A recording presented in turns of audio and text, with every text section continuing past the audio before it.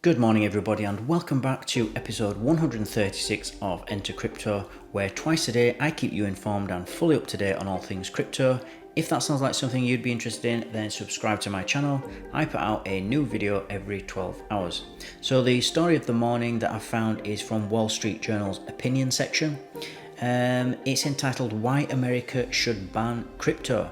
It isn't currency, it's a gambling contract with a nearly 100% edge for the house, and it's written by Charlie Munger, of all people, who is the, if for anybody who doesn't know, he's the vice chairman, and I think he might be the co-founder as well, of Berkshire Hathaway, which is a huge, they basically buy other companies, and he runs that with Warren Buffett, who is like I think he's the third or fourth richest man in the world. So they are a very, hugely successful duo, and they really do know what they're talking about. If you've got time to, Google them, either Charlie Munger or Warren Buffett, and you listen to what they've got to say when they're talking about the things that they understand and that they've made money in over the decades, you really can learn a huge amount. In fact, actually, they do an annual meeting, obviously every year, for Berkshire Hathaway, and they both get up on at the front of the stage and they answer questions from shareholders about the performance for that year, and just general thoughts on how they operate and how they think and how they view the stock market, and why they've been so successful. And they really are interesting videos to watch, so go and have a look at that. It's important to note before we read this article that Charlie Munger is I wouldn't even call him a Bitcoin or crypto bear.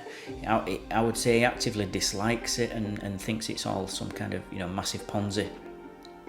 I personally think it's because he doesn't fully understand the technology.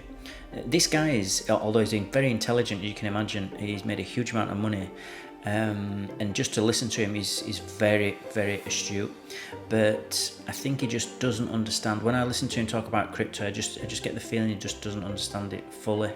But that's okay. I mean, nobody understands everything all of the time fully. So, but let's get into it, the article, and we'll see what he's got to say about it.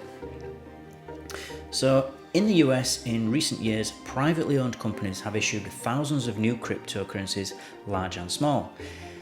These have later become publicly traded without any governmental pre-approval of disclosures. In some cases, a big block of cryptocurrency has been sold to a promoter for almost nothing, after which the public buys in at much higher prices without fully understanding the pre-dilution in favour of the promoter. All this wild and woolly capitalism is much like that described in a remark often attributed to Mark Twain, who was thought to have said that a mine is a hole in the ground with a liar on top. Such wretched excess has gone on because there is a gap in regulation. A cryptocurrency is not a currency, not a commodity, and not a security.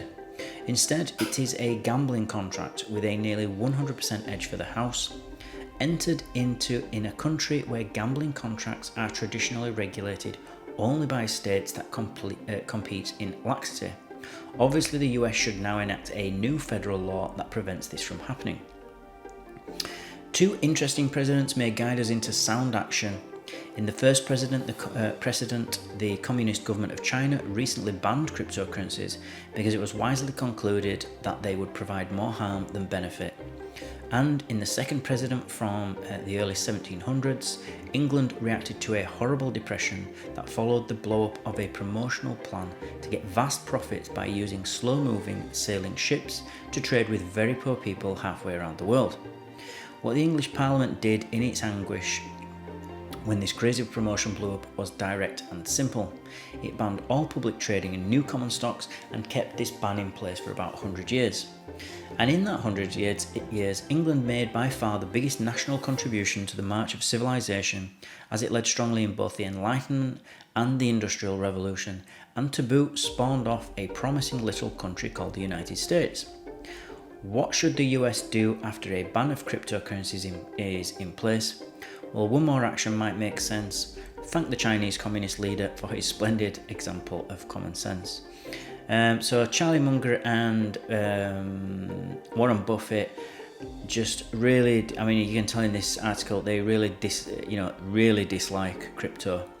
I think it's partially because they, as I said before, that they don't understand it. These are really old men. I mean, the guy that wrote this, Charlie Munger, is I think he's 97 years old. So, not to take anything away from him, I'm not saying he's senile or losing it or anything, but I just think there's something to be said for kind of staying in your lane, and he's very good at what he does.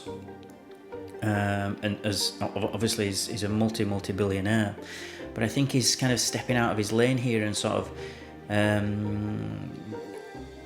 making out that he knows more about it than he does. And I think he just sees it as a threat to the dollar, and he's realizing, as a lot of governments are, that crypto is a threat to the dollar.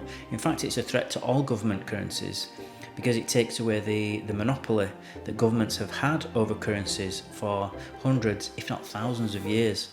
And this is worrying for people. I mean, you've got to remember that Charlie Munger and Warren Buffett hold their wealth in dollars. Well, they hold it in US companies mainly, but they operate in dollars, and so anything that's a threat to the thing that they're benefiting hugely from is obviously not going to, if there's a threat there to that, then they're going to be quite vocal that this is a bad idea, that it's not good for America, it's not good for the world, it needs to be stopped, and its head cut off immediately, and should be banned, globally banned, if it was up to him, I would imagine. So I just completely disagree with it, but it's very important that we read through any articles, even if they are completely against crypto or disagree with crypto, because you always want to learn more and understand the opposition's position, so that you can learn and so that you can have a stronger, make a stronger argument in the future.